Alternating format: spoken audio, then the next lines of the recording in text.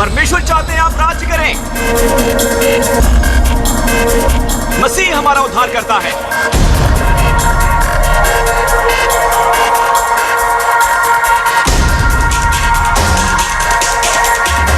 परमेश्वर धर्मी है पापियों को धर्मी बनाने के लिए।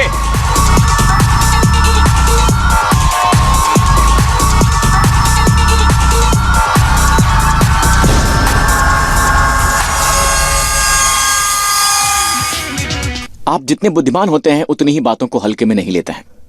उन्हें आसपास रखते हैं जो आपको याद दिलाते हैं, जो आपकी जिंदगी में बात करते हैं। अनुग्रह परमेश्वर देते हैं, व्यवस्था परमेश्वर की मांग है। अगर मैं कार्य कर रहा हूं और मैं सोचता हूं कि परमेश्वर मुझसे इसकी मांग कर रहे हैं और मैं इसे अपने प्रयासों से कर रहा हूं, ये व्यवस्था के अधीन करना हुआ। लेकिन अगर वही चीज कर रहा हूं, आप देखिए मैं अभी भी वही कर रहा हूं, पर जब ये जानते हुए कर रहा हूं कि परमेश्वर मुझे बुद्धिमत्ता की आपूर्ति कर रहे हैं, परमेश्वर मुझे करिश्मा दे रहे हैं, परमेश्वर मुझे दृष्टांत दे रहे हैं, वो जो भी है मेरे मामले में ये प्रचार है, ठीक है, आमीन, जो परमेश्वर मुझे दे रहे हैं, तो ये बन जाता है विश्राम। Lord Jesus, we lift our hands to you today. There is safety in your love. There is rest in your love, Lord. Oh Lord, you came to us with open arms. And so with open arms we come to you, to your throne of grace, to receive all that you have for us today. Hallelujah. In your hand are the depths of the earth, and the heights are the heavens above. I worship and bow down and kneel before you, my Lord and Maker. In your hand is the breath of my soul.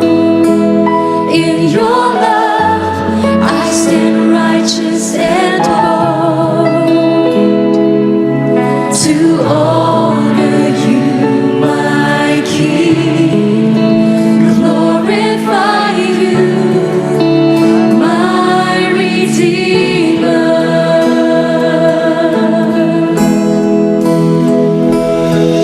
With open arms I stand in worship. Feel your love's embrace.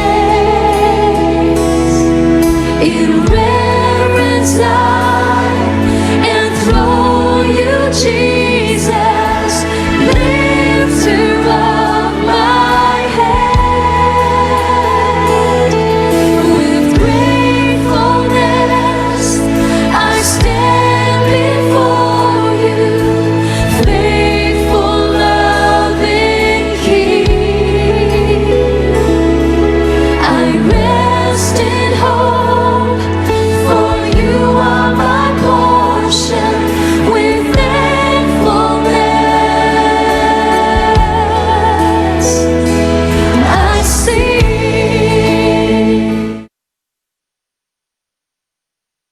आप तैयार हैं वचन के लिए? प्रभु यीशु का धन्यवाद। अब मैं एक मुद्दे पर बात करना चाहूंगा जो कुछ समय से मेरे मन में है, और मेरा मानना है कि समय आ चुका है। और हमारी एक बहुत अच्छी लीडर्स की मीटिंग रही बस कुछ दिन पहले, जहां सब लीडर्स आए। हमने बहुत अच्छा समय बिताया सवाल जवाब का पास्टर प्रिंस के साथ, यानी मेरे साथ। और साथ ही एक प्रश्न जो पूछा गया था उसमें मैंने जाना, दरअसल मैं गिडियन पर मुस्कुरा रहा था, जो कि मेरे दाईं ओर था, पास्टर गिडियन। और क्योंकि हम लीडर्स इसे आपस में डिस्कस कर रहे थे, लोगों के बारे में एक बात है जो अनुग्रह प्राप्त करते हैं, कई बार वो जाते हैं अनुग्रह ग्रहण करते हैं। दरअसल वो अनुग्रह ग्रहण करते हैं लेकिन वो उसे गलत समझते हैं। देखिए, काम करने की धारणा यह है कि आप लगन बनाए रखें, आप मेहनती बने रहें। आमीन। परमेश्वर अपेक्षा करते हैं कि हम लगनशील हों। बाइबल में बार बार लिखा है कि लगन वालों का हाथ उन्हें धनी बनाता है। आमीन। बाइबल में लिखा है कि यूसुफ एक लगनशील व्यक्ति था। बाइबल कहती है कि कर्मचारी के रूप में हमें अपने मालिक की सेवा करनी चाहिए। इस संदर्भ में पुराना किंग जेम्स इसमें लिखा है कि स्वामी, जी हाँ स्वामी, आज हम उन्हें एम्प्लॉयज कहेंगे। और जानते हैं बाइबल में लिखा है न केवल दिखावे भर को सेवा करने को उस वक्त जब वो आपकी ओर देख रहे हैं, उन पर प्रभाव डालने को, पर आपका एकमात्र लक्ष्य परमेश्वर की ओर हो। और जो कुछ भी तुम करते हो तन मन से करो, ये समझ करके मनुष्यों के लिए नहीं पर प्रभु के लिए। तो काम के स्थान पर जो कुछ भी करें प्रभु के लिए करें। आमीन। ये समझे कि आप बॉस के लिए नहीं परंतु प्रभु के लिए काम कर रहे हैं, और इसके बदले से मिरास मिलेगी तुम्हें। प्रभु मसीह की सेवा करते रहो, तुम मसीह की सेवा करते रहो। हम यहाँ फल की बात कर रहे हैं। आमीन। परमेश्वर आशीष देंगे, वो आपको फल देंगे। और ध्यान दीजिए, ये हमारे प्रभु द्वारा अनदेखा नहीं किया जाता है। आमीन। पर कई बार हमें नहीं मिलता है, हम भूल जाते हैं कि परमेश्वर हमें लाभ पाना भी सिखाते हैं। यशायाह 48 में ये यहाँ लिखा है, यहोवा जो तेरा छुड़ाने वाला है। हम विश्वासियों की बात कर रहे हैं ना। यहोवा जो तेरा छुड़ाने वाला और इजराइल का पवित्र है। मैं तेरा परमेश्वर यहोवा हूँ, जो तुझे तेरे लाभ के लिए शिक्षा देता हूँ, और जिस मार्ग से तुझे जाना है उसी मार्ग पर तुझे ले चलता हूँ। याद रखिए, जब परमेश्वर आपको सिखाते हैं वह हमेशा आपको लाभ पाना सिखाते हैं। बाइबल आपकी सफलता के लिए ही लिखी गई है। हम में से बहुत बोला गया शब्द चाहते हैं, प्रभु मुझसे बात नहीं करते हैं, वो मुझसे बात नहीं करते हैं, ऐसा क्यों है? जब आप बाइबल खोलते हैं, किताब खोलिए, आमीन, वचन की सुनिए, परमेश्वर आपसे बात करेंगे। चाहे आप एक उपदेश को भी सुन रहे हो, प्रचारित उपदेश, आमीन, यदि ये वचन से भरा है, परमेश्वर आपसे वचन के माध्यम से बात करेंगे। आप वो वचन सुनेंगे जो कहता है कि यही तरीका है, इस पर चलो। तो जिस तरह से परमेश्वर आपको सिखाएं, अपने वचन द्वारा या अपनी आत्मा द्वारा, और यही दो मुख्य तरीके हैं। यह हमेशा लाभ पाने के लिए आपको सिखाना होता है। जब प्रभु लाभ के लिए सिखाते हैं, आपके सभी क्षेत्रों में लाभ होता है। आपके पारिवारिक जीवन में लाभ होता है, सामाजिक जीवन में लाभ होता है, स्वास्थ्य में होता है, हर एक क्षेत्र में होता है। मुझे अच्छी मिल सकती है? ओके। तो परमेश्वर आपको हर क्षेत्र में लाभ सिखाते हैं, और वो ऐसा कैसे करते हैं? अपने वचन और अपने आत्मा के माध्यम से।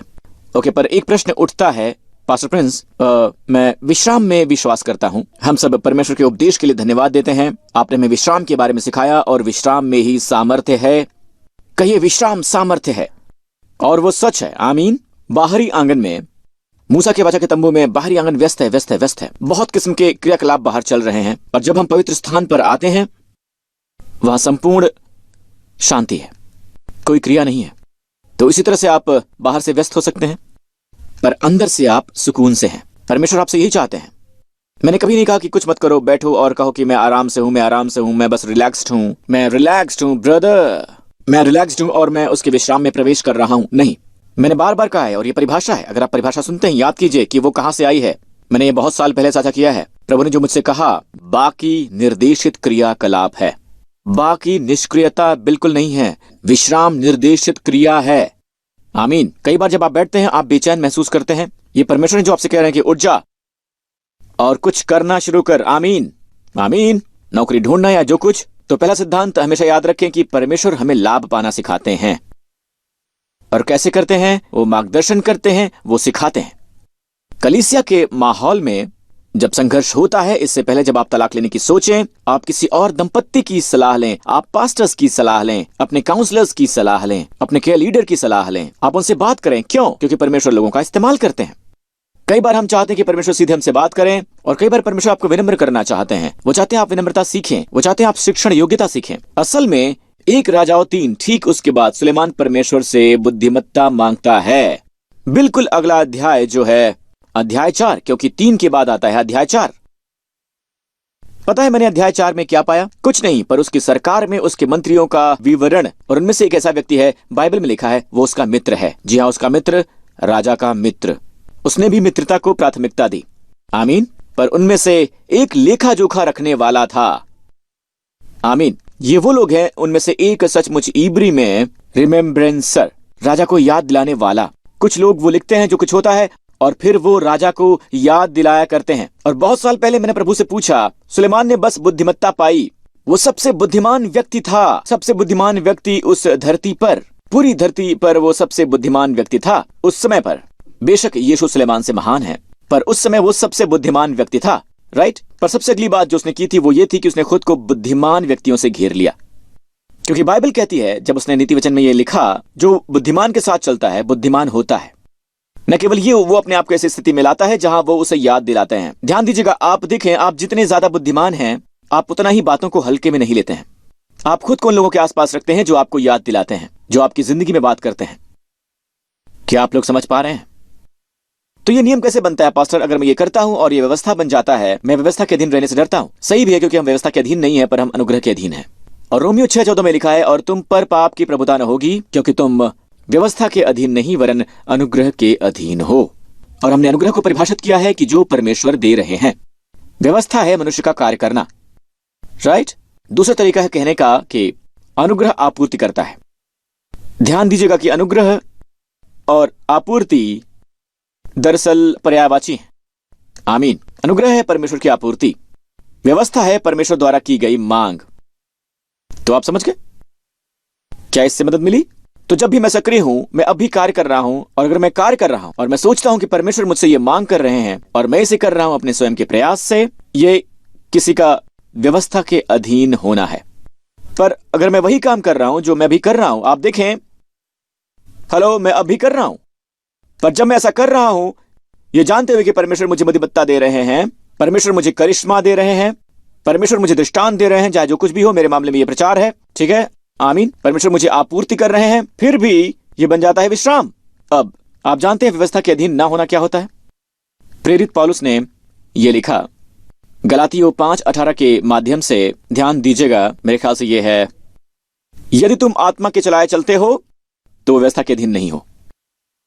तो डरो मत, ओ ये व्यवस्था है। नहीं, क्या आप आत्मा द्वारा चलाए जाते हैं? अगर आप आत्मा द्वारा चलाए जा रहे हैं तो आप व्यवस्था के अधीन नहीं हैं। हेलो, अगर आप आत्मा द्वारा चलाए जा रहे हैं तो आप व्यवस्था के अधीन नहीं हैं। अगर मैं आपको सिखाऊं आत्मा द्वारा चलाए जाना, तो आप जवाबदेही के बारे में भूल सकते हैं। मेरा मतलब है लोगों से बात करना, बुद्धिमानों की सलाह सुनना, वगैरह वगैरह। आप समझ पा रहे हैं? मैं बस आत्मा से निर्देशित होता हूं, इसलिए सबसे पहले उन्होंने ये बुनियाद डाली। ये महत्वपूर्ण है कि आप ये समझ लें। और फिर दिन के अंत में मैं बस ये बताना चाहूंगा, परमेश्वर चाहते हैं कि हर विश्वास आत्मा द्वारा चलाया जाए। परमेश्वर कैसे हमारी अगुवाई कर सकते हैं? खैर, फसह की रात को उस अटारी में, ठीक है, यीशु ने अपने शिष्यों से कहा, जबकि मैं तुम्हारे साथ मौजूद हूं, मैं तुम्हें ये बातें बता रहा हूं। जब पवित्र आत्मा, वो सहायक, पैराक्लीट, वो जो आपके साथ आएगा आपकी मदद करने को, याद रखो वो आने वाला है, वो आपको हर बात सिखाएगा। इन्हें ये वचन दिखाइए जरा, नीचे आइए। ओके, वो आने वाला है, ऑलराइट, और वो तुम्हें सब बातें सिखाएगा। वचन 26, और वो तुम्हें सब स्मरण कराएगा। कहिए सब बातें, सारी बातें। तो ये जो कुछ भी है, मैं जानता हूं कि कुछ लोग बस इसे बाइबल तक सीमित रखेंगे। नहीं, सब बातों का मतलब है सब बातें। वो आपको सब सिखाएगा, मतलब सब सिखाएगा। परवरिश, आमीन, आपका आपका आपका काम, आपका कामकाज, आपका सामाजिक जीवन, ये जो कुछ भी हो, वो आपको सब कुछ सिखाएगा। और फिर वो आपको सब बातें याद दिलाएगा जो भी यीशु ने आपसे की हैं। आपने सुना है जो प्रभु ने कहा है, और फिर वो आपको स्मरण कराएगा। देखिए, पवित्र आत्मा भी याद दिलाने वाला, यानी रिमेम्बरेंसर है। आमीन। आप मुझे समझ पा रहे हैं? ये मुझे अगले विषय पर लाता है। आप जिस भी संकट में हो, आप जिस भी किसी परीक्षा से गुजर रहे हो, कोई जरूरत जो आप पर जोर डाल रही है और आपको प्रभावित कर रही है, आप क्या करते हैं? नंबर 1, परमेश्वर से बुद्धिमत्ता मांगिए। याकूब 1, तुम में से किसी को भी बुद्धि की घटी हो, यह है याकूब 5 वचन 5। यहां है, ये असल में इससे पहले के शास्त्रांश के पहले है। इससे पहले ही बोला जाता है अभिवादन वगैरह के बारे में, और फिर यह कहता है परीक्षा के बारे में। तो यह परीक्षा के संदर्भ में है। परीक्षा में मत गुजरिए, परमेश्वर से बुद्धिमत्ता मांगे बिना परीक्षा में बिल्कुल भी मत गुजरिए। मैं पूछता हूं कि क्या आपने परमेश्वर से बुद्धिमत्ता मांगी है? ओ हाँ, नहीं मांगी है। जानते हैं क्यों? क्योंकि आप सोचते हैं कि आप इससे निपट सकते हैं। आप सोचते हैं कि कोई आएगा, आपकी मदद करेगा, जो कुछ भी आप अपेक्षा करते हैं कि स्वाभाविक तौर पर ही चीजें बदल जाएंगी। परमेश्वर से बुद्धिमत्ता नहीं मांगते। तो आप जिस किसी भी परीक्षा में हो, तो पहली बात जो आपको करनी है, परमेश्वर से बुद्धिमत्ता मांगिए। तुम में से किसी को भी बुद्धि की घटी हो तो परमेश्वर से मांगो, बिना उलाहना दिए सबको उदारता से देता है वो। पिता के स्वभाव की ओर देखो।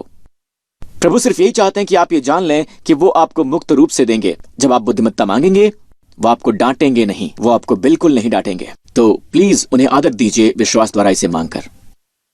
तो उसके बाद जब परमेश्वर से बुद्धिमत्ता मांगते हैं, कहिए हे पिता मुझे बुद्धिमत्ता दें यीशु के नाम पर। तब ही, केवल तब ही आप ऊपर उठ सकते हैं। आमीन। शायद आपके पास इसका जवाब नहीं होता, पर आपने बुद्धिमत्ता प्राप्त की है।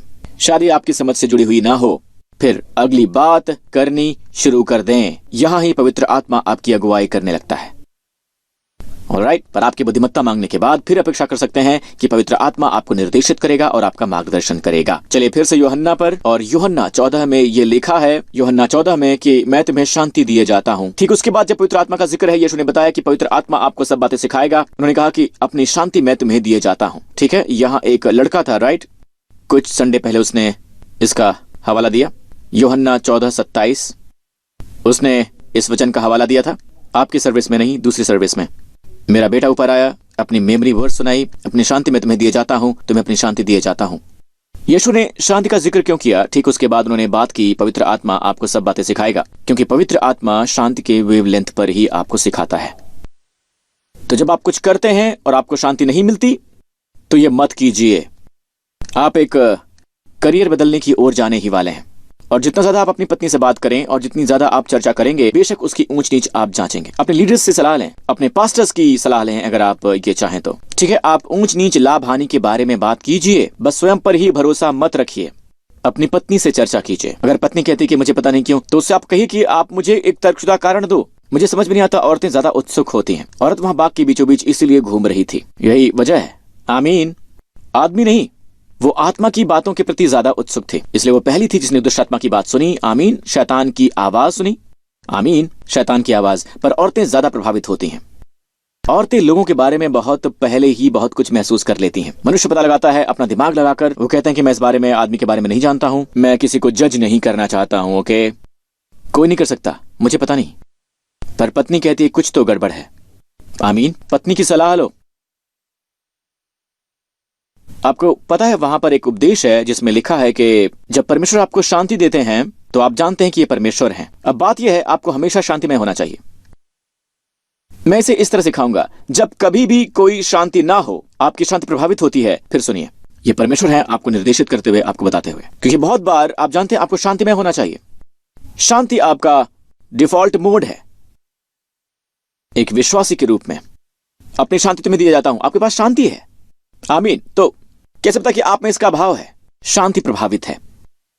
सुनिए, जब आपकी शांति प्रभावित होती है, जब आप कुछ करते हैं और शांति प्रभावित होती है, तो इसे मत कीजिए।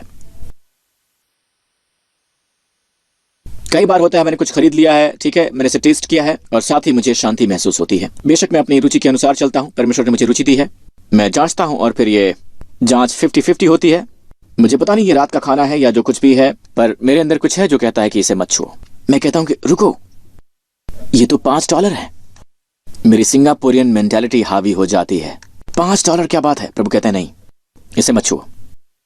तो परमेश्वर निर्देशित करते हैं शांति द्वारा, या व्यवहारिक तौर पर जिस तरह से ये किया जाता है वह जब आपकी शांति प्रभावित होती है। आमीन। रोमियो 8, आत्मा आप ही हमारी आत्मा के साथ गवाही देता है कि हम परमेश्वर की संतान है। नहीं चाहिए यहां पर वचन, जी हाँ, 16, वचन 16, आत्मा आप ही हमारी आत्मा की गवाही देता है कि हम परमेश्वर की संतान हैं। ठीक है, ऐसे वचन 14 में होता है। इसलिए कि जितने लोग परमेश्वर के आत्मा के चलाए चलते हैं वो ही परमेश्वर के पुत्र हैं। परमेश्वर के पुत्र हुइयोस, ये परमेश्वर के सिद्ध पुत्र हैं। हुइयोस, जब आप आत्मा द्वारा चलते हैं तो आप उस तरह के पुत्र हैं जो सचमुच उन्हें प्रसन्न करता है। आप आत्मा द्वारा चलते हैं क्योंकि तुम्हें दासत्व की आत्मा नहीं मिली कि फिर भयभीत हो। संदर्भ यहां बहुत महत्वपूर्ण है। पुराने नियम में उनमें गलत तरीके से परमेश्वर से डरने की भावना थी। यहां यही संदर्भ है, दासत्व की आत्मा की फिर भयभीत हो। इसलिए फिर वहां पर है क्योंकि पुराने नियम में संतों में परमेश्वर का डर था, परमेश्वर का डर था उनमें। पर यह आत्मा जो हमें मिला है वो पुत्रत्व का आत्मा है। लोपालकपन शब्द भूल जाइए, यह शब्द है हाइथीसियस जो है पुत्रत्व, हुइयस। हमें लोपालकपन की आत्मा मिली है जिसमें हम आत्मा हे पिता कहकर पुकारते हैं। ठीक है, तो पहले क्षेत्र में वो आपको बताता है कि वो गवाही देता है कि आप परमेश्वर की संतान हैं। तो पहले क्षेत्र में आपको बताता है, वो गवाही देता है कि आप परमेश्वर की संतान हैं। जीवन की अन्य बातों के बारे में क्या, वो आपके साथ गवाही देगा। पर गवाही देना यह है, बहुत से लोग ये नहीं समझते। गवाही देने का मतलब है कि आप एक्शन लें, आप अध्ययन करें। विद्यार्थी का मतलब है आप अध्ययन करें, तो वो आपकी अगुवाई कर सकते हैं।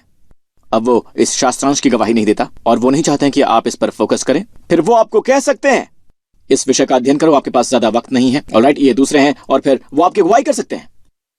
पर आप किताब नहीं खोलते हैं, मुझसे बात कीजिए प्रभु, मुझसे बात कीजिए प्रभु, मुझसे बात कीजिए, मुझसे बात कीजिए। कौन सी किताब, कौन सा विषय प्रभु, क्या प्रश्न है जो भर कर आएंगे?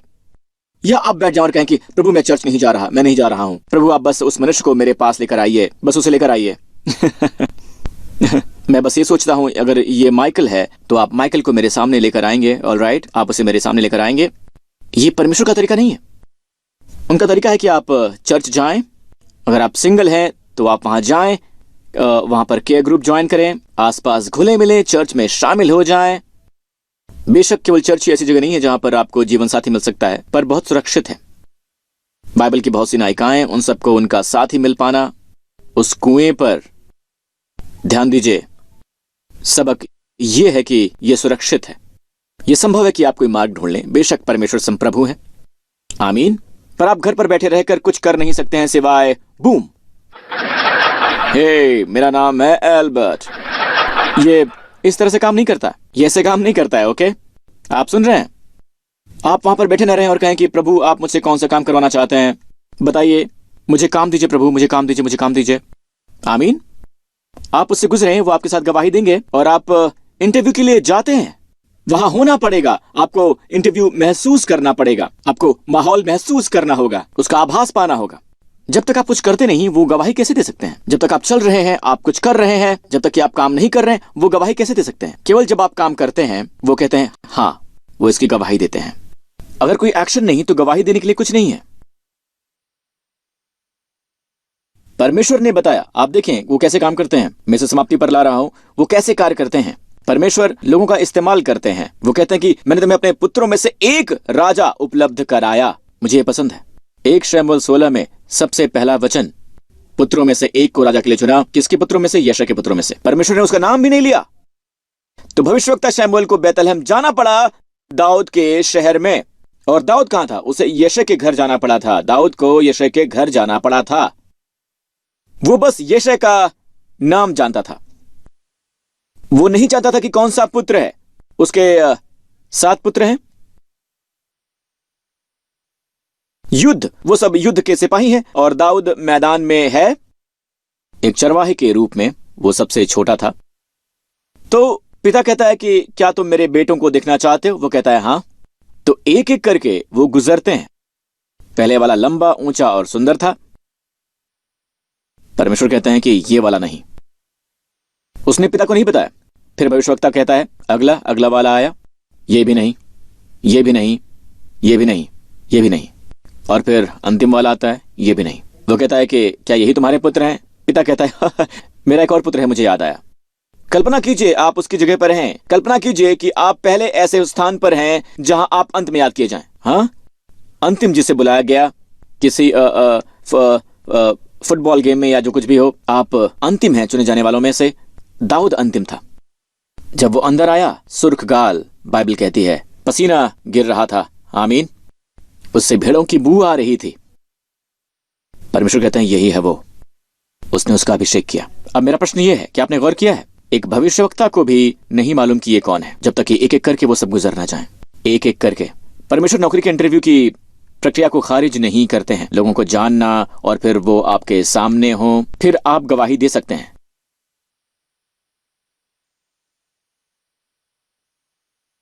आमीन। जानते हैं, आप एक दर्शन देखते हैं और आपको चीजें दिखाई देती हैं, राइट? जैसे कि वो चीजें हैं, राइट? ऐसा होता है ना? पर इसे मत तलाशिए। आमीन। अगर आप दर्शन को ढूंढते हैं तो शैतान आपको धोखा दे सकता है।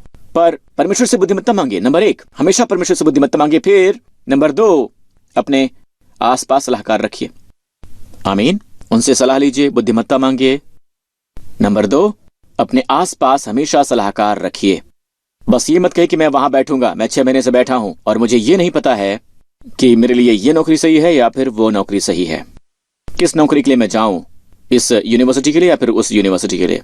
बेशक यूनिवर्सिटीज की भी टाइम लिमिट होती है, पर जानते हैं, बस उस कदम को उठाइए। ठीक है कि प्रभु मैं जा रहा हूं, आपसे बुद्धिमत्ता मांग रहा हूं, हर चीज इसी दिशा में जा रही है। अगर मैं गलत हूं तो मुझे बताइए प्रभु। और जब आप प्लान करते हैं, आगे बढ़ते हैं, यदि शांति का अभाव है, वहां शांति में वृद्धि है, तो आप बिल्कुल सही रास्ते पर हैं। और अगर जरूरत हो तो आखिरकार वो बातें होती हैं। फिर अगर परमेश्वर चाहे आपको दर्शन प्रदान करना, तो आपको दर्शन दिखाएंगे। पर पहले दर्शन को मत ढूंढिए, कभी नहीं। जब मैं कहता हूं दर्शन तो मेरा मतलब है बाहरी दर्शन, बिल्कुल नहीं। मैं भीतरी दर्शन की बात कर रहा हूं, अंदर से। कई बार परमेश्वर ऐसा दर्शन दिखाते हैं जो लगता है अंदर से है और आपकी दिमाग की आंख से, और आप उसे देख भी सकते हैं। बहुत बार आत्मा का वरदान मेरे लिए भी बिल्कुल वैसा ही है। क्या आप सबने कुछ सीखा है? और बहुत से क्षेत्र हैं जिन पर रोशनी डालनी है। मैं प्रार्थना करता हूं कि मैंने वो कह दिया है। प्रभु चाहते हैं कि मैं वो कहूं। यीशु की महिमा हो, उसकी स्तुति हो, सम्मान हो। हालेलुया। अपने पांव पर खड़े हो जाइए जल्दी से। मैं बस आप में से उनके लिए प्रार्थना करना चाहता हूं। आप कहें कि आप चाहते हैं यीशु आपके प्रभु और उद्धारकर्ता बन जाएं। मैं विश्वास करता हूं कि केवल मसीह ही है वो जो कि मेरे जीवन में उद्धार ला सकते हैं। मैं भटक गया हूं, मुझे यीशु की जरूरत है।